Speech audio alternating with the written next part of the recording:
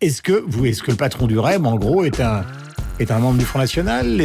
Je connais même pas ce monsieur. Je n'en ai jamais entendu parler. Non mais ça, pardonnez-moi, mais... Je vous prends pour un con, oui, tout à fait. Vous me prenez pour un con? Oui, tout à fait, oui. Parce que je vois à la commission de vos élèves que... Je vous prends pour un con, oui, tout à fait. Donc vous le connaissez très bien. Pas du tout. Bon, est-ce qu'il est membre du Front National? Pas du tout. Vous avez répété ça pendant... Mais je vous prends pour un con, je vous dis. Oui, d'accord. Ça s'appelle en tout. Non, mais ça ne me dérange pas du tout. On n'entend rien. Nous la paix et on vous foutra la paix en France. On vous foutra la paix en France? Mais monsieur, moi je vous imposerai la paix en France. À grand coup de pompe dans le cul s'il le faut.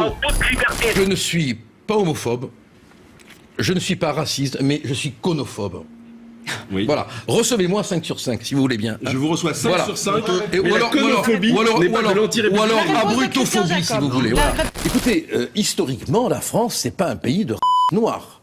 Pas plus que l'Afrique, historiquement, n'est un pays de race blanche. Là encore, c'est hallucinant de voir qu'on ne peut pas dire que la France est historiquement un pays de race blanche, qui a eu des rois chrétiens, qui a été construit par le judéo-christianisme. On ne peut pas le dire. Et alors, quand on va appuyer sur ce furoncle médiatique qui est Ruquier, le dire, ça déclenche la purulence, quoi. Bon, oui, la France est un pays historiquement chrétien, historiquement judéo-chrétien, comme le Sénégal est un pays historiquement noir. Pardon ? Vous savez qu'il est sur France 2. Oui, je sais, ça me gêne pas, je m'en moque, oui. Vous me direz, c'est un bouton purulent qui occupe un espace important dans le PAF. Si Valérie Schiappa disait la vérité, on le saurait. Bon, c'est pas le cas. Elle a une extraordinaire musique un minimum de de respect dans votre expression, j'ai monsieur Collard. rarement entendu... Non, mais écoutez, je suis très respectueux, je dis ce que je veux. Non, vous n'êtes pas respectueux. Vous dites ce que vous voulez, et le respect, non, mais écoutez, ne me faites pas le coup du respect, parce que moi je respecte tout le monde, non, vous y ne compris les gens respectez qui disent pas, n'importe quoi, vous voyez. Quelle a été votre réaction, Gilbert Collard, quand cette affaire a éclaté? J'ai été, mais alors, très choqué de voir la bite de Griveaux. Un journaliste dit qu'en fait, il pourrait être manipulé par Moscou, etc. Voilà, écoutez, non mais alors franchement, pour voir la main de Moscou dans la masturbation de Griveaux, il faut de l'imagination. Vous le savez, et dans l'indifférence, hélas, générale, l'État islamique vient de faire du Front National sa cible de choix. S'il vous plaît. Je crois vraiment que je n'ai pas besoin de continuer. Si quand l'État islamique vise des Français et les frappe, ça vous fait rire, je ne peux avoir pour vous que mépris. Et je vous le dis très clairement, si l'un d'entre vous, socialiste, communiste, était menacé par l'État islamique, ça ne me ferait pas rire. Et je ne huerais pas. Alors la question que je pose, c'est de savoir si on aura droit à la protection qu'on mérite. Parce que ici, on nous a comparé à l'État islamique. Ici, on a dit qu'on faisait la propagande de l'État islamique. S'il nous arrive quelque chose, vous êtes complices. Il faudra mettre tous les élus du Front National en tôle, et M. Collard en premier. C'est clair. J'ai rien, Jean-Luc, ça c'est inadmissible, ça. Non mais laisse-le, attends, c'est Gilbert qui répond. Qu'est-ce que tu veux que je réponde à un délirant pareil? Bon, monsieur, est-ce que vous descendez de temps en temps de votre Mirador?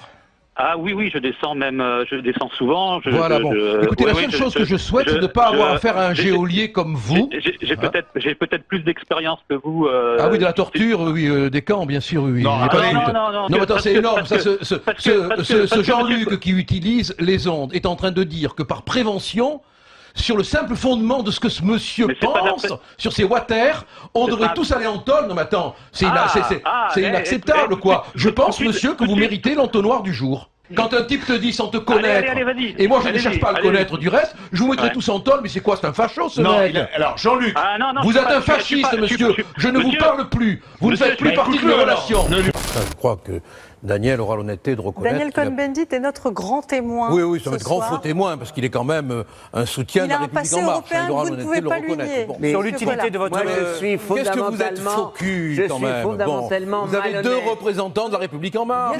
Mais prenez la parole. Prenez la parole pour vous exprimer. Ce n'est pas la présence qui compte, c'est ce qu'on dit. Allez-y. Tu es de trop. Ah bon, je m'en vais. Alors, on l'a déjà dit. On l'a déjà dit. Monsieur Collard, s'il vous plaît, messieurs. Si je suis de trop, Messieurs, mon utilité, au moins, les vieilles guenilles, les faux culs de la politique, ceux qui ont dit que l'élection était un piège à con. S'il vous plaît, monsieur Collard, monsieur Collard,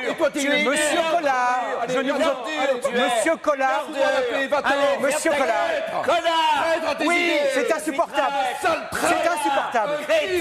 Coupez-leur le micro. C'est insupportable. Quand vous avez dit, avec votre voix médiatique tout à fait compatible avec les aéroports, quand vous avez dit... quelle insulte. Qu'est-ce que vous avez contre les hôtesses de l'air? C'est pas de notre niveau, maître Collard. Qu'est-ce que vous avez contre les hôtesses de l'air? Ce n'est pas de votre niveau, ces attaques machistes. Mais qu'est-ce que vous avez contre les machistes? Me traiter d'hôtesse de l'air? Mais je ne vous ai pas traité d'hôtesse de l'air. Vous me dites... Assumez vos propos. Mais je ne vous ai pas traité d'hôtesse de l'air, c'est vous qui dites du mal des hôtesses de l'air. Alors, il n'y a rien qui vous a frappé dans le temps des cerises? C'est un chant révolutionnaire. Qui date de quand? Ah je vous laisse donner 1866, mais vous avez remarqué qu'on en fait le chant de la commune? Or, la commune s'étend 15. Pardon? La commune s'étend. Allez-y. En quelle année? Allez-y, dites-le moi. Je suis pas là pour répondre à votre question. Non, mais d'accord, 1870. L'OTAN est complètement maintenant obsolète, quoi. Bon, mais il nous protège quand même. De quoi? Il ne nous protège pas? De quoi? De l'ennemi? Lequel? Lequel, voilà, exactement. C'est à vous que je pose la question. Non, attendez, là on dialogue. Que c'est bien d'être bien questionné, même quand on est bête, on en devient intelligent. Ça, c'est pour l'intervieweur ou pour l'interviewé? C'est pour l'intervieweur. L'intervieweur. Très bien, autant pour moi alors. Vous finissez par une petite insulte. Non? Mais vous n'avez rien compris. Allez-y, redites-la moi. Mais qu'est-ce qui se fait apporter lui à Tranxène? Lorsque M. Mélenchon se permet constamment de pleurnicher sur les menaces qu'il encourt. Je vais vous dire une chose, M. Mélenchon. J'ai reçu un cocktail Molotov, moi. Je n'ai pas pleuré. Vous vous en foutez, je le sais. Il n'y a que votre tête qui compte. S'il vous plaît. J'ai un individu qui a été condamné à 2 ans de prison pour avoir menacé de venir m'égorger chez moi. Et vous êtes tu, trouillard, Monsieur péteux. Collard, s'il vous plaît.